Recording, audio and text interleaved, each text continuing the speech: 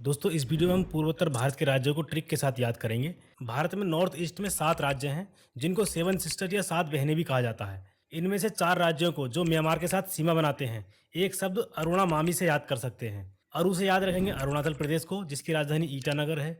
NA से याद रखेंगे नागालैंड को जिसकी राजधानी कोहिमा है।